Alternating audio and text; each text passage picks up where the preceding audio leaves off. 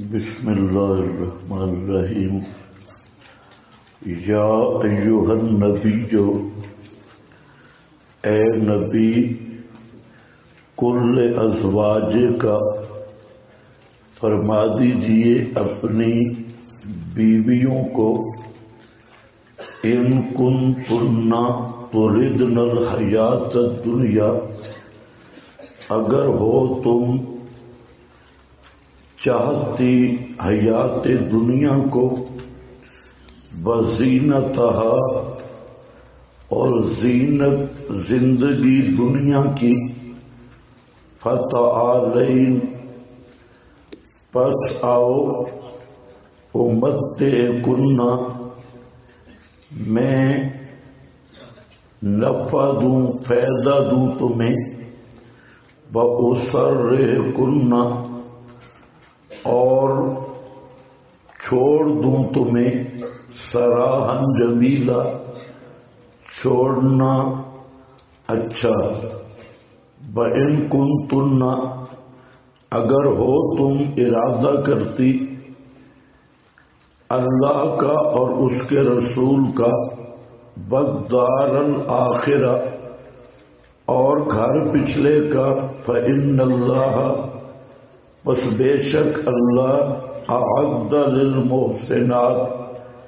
تیار کیا واسطے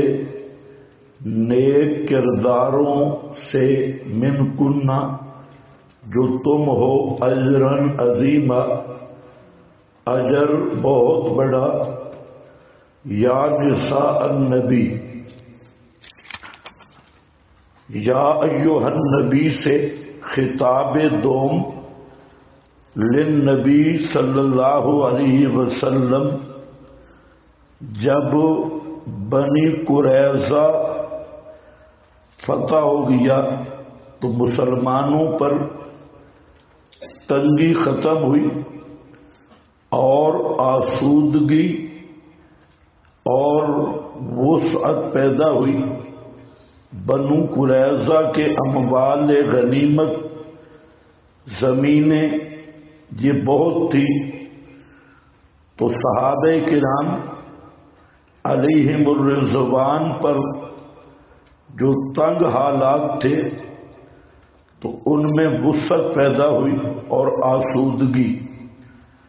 تو ازواج مطہرات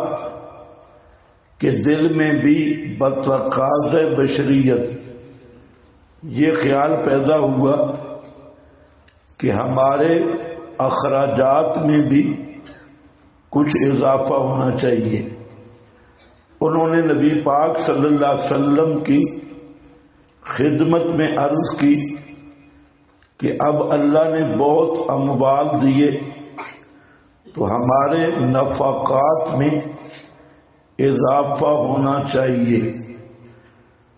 تو اس سلسلہ میں آپ صلی اللہ علیہ وسلم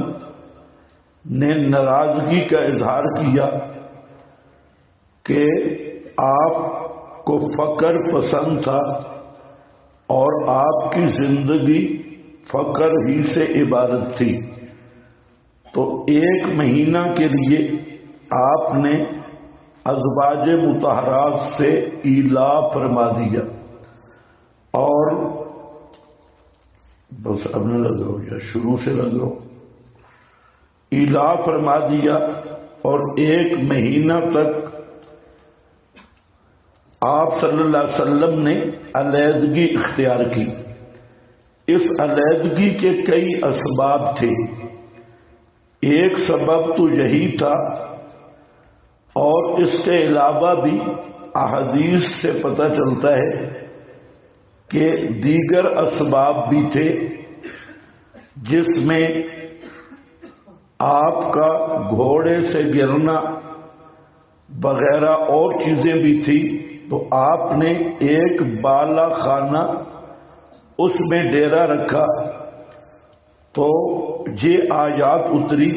یا ایھا النبی اے نبی کل ازواجک فرما دے اپنی بیویوں کو ان کنتن تردن الحیات الدنیا اگر تم ارادہ کرتی ہو زندگی دنیا کا وزینتہا، اور زینت زندگی دنیا کا، تو آؤ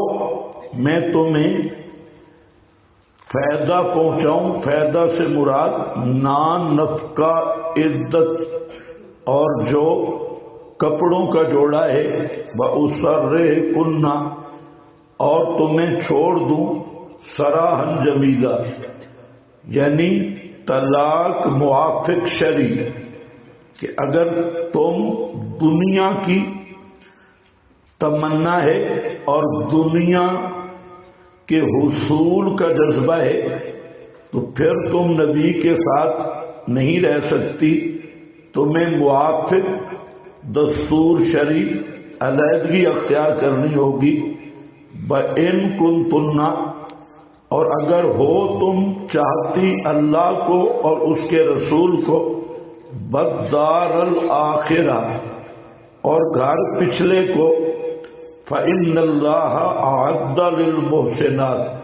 تو بے شک اللہ نے تیار کر رکھا ہے محسنات، دل سے نیکی کرنے والیوں کے لیے، من کنہ کا یہ من بیانی ہے، اوپر لکھا ہے من للبیان لا للتبعیض، یعنی بعض کی بات نہیں ہو رہی، تم سب کے لیے اجرن عظیمہ، اجر بہت بڑا۔ یا نساء النبی، اب خطاب اول ازواج مطہرات کو ہے کہ اے بیویاں نبی کی، من یأتی منکن، جو آئے گی تم میں سے، بفاحشۃ مبینہ، ساتھ بے حیائی کھلی کے، یضاعف لہا العذاب، تو دوہرا کیا جائے گا اس کے لیے عذاب، ضعفین، 2 برابر۔ یہ نکرہ ہے، یہاں بڑے بڑوں کو دھوکہ لگ گیا، توجہ میری طرف رہے۔ ایک الفاحشہ زنا کے معنی میں ہے، اور پیغمبر کی بیویوں سے زنا کا صدور ناممکن ہے، جیسے پیغمبر سے گناہ کا صدور ناممکن ہے، نبی کی بیوی سے زنا کا صدور بھی ناممکن ہے۔ میرے لفظ تم نے نہیں سمجھے، پیغمبر ہر گناہ میں معصوم ہے، لیکن ازواج نبی صدور زنا سے اسی طرح ناممکن، اس سے زنا کا صدور جیسے پیغمبر سے گناہ کا صدور ناممکن ہے، کیونکہ اگر پیغمبر کی بیوی سے بھی زنا جیسا جرم ہو جائے تو پیغمبر کی بعثت کا مقصد ہی ختم ہے، اتمام حجت بھی نہیں، دعوت بھی نہیں، تو یہ پیغمبر کی ذات پہ عیب ہے۔ تو یاد رکھو، اسی لیے یہاں بے فاحشۃ مبینۃ آیا ہے، الفاحشہ نہیں، نکرہ ہے، اور نکرہ میں مراد یہ ایسی گفتگو جو ان کی شایان شان نہیں، مثلا پیغمبر کریم صلی اللہ علیہ وسلم کو پریشان کرنا، ایسی گفتگو جس سے آپ کا دل تنگ ہو جائے، یا جو مسئلہ چل رہا ہے حضرت زید کا معاملہ اور حضرت زینب کی شادی کا، تو فاحشۃ مبینہ، کوئی ڈھیلی بات نہ کرنا کہ آپ مرضی والے ہیں، ہم نے تو روکا تھا، ہماری کم سنتے ہیں، انہوں نے شادی کر لی، تو اس طرح کی فاحشہ مبینہ سے مراد ہر وہ گفتگو ہے جو شان رسول کے لائق نہیں۔ کیا سمجھے ہو؟ ہر وہ گفتگو جو شان رسول کے لائق نہیں ہے، جہاں زنا شناقتن مراد نہیں، یضاعف لہا العذاب، دگنا دے گا تمہیں، دگنا کرے گا بس کہ اس کے عذاب، ضعفین، 2 چند، وکان ذالک علی اللہ یسیرا، اور ہے یہ بات تم پر اللہ کے، یسیرا، بہت آسان۔ یہ یضاعف لہا، اس سے بھی روافض نے لیا ازواج مطہرات کے خلاف تان، لیکن یاد رکھو قرآن میں یہ بھی آ گیا، لقد کتا ترکنو الیہ شیئا قلیلا، آگے لَأَذَقْنَاكَ ضعف الحیات و ضعف الممات، وقوع ہوا ہے؟ تو یہاں پر بھی کوئی وقوع نہیں، تو تان کس کا؟ یہ تو اللہ نے اپنے نبی کو بھی کہہ دیا اگر آپ نے بھی تھوڑا سا ڈھیلا کام اختیار کیا نا تجھے بھی ڈبل عذاب دوں گا، لَأَذَقْنَاكَ ضِعْفَ الْحَيَاةِ وَضِعْفَ تمہیں سمجھ کچھ بھی نہیں آ رہی صوفیوں کو،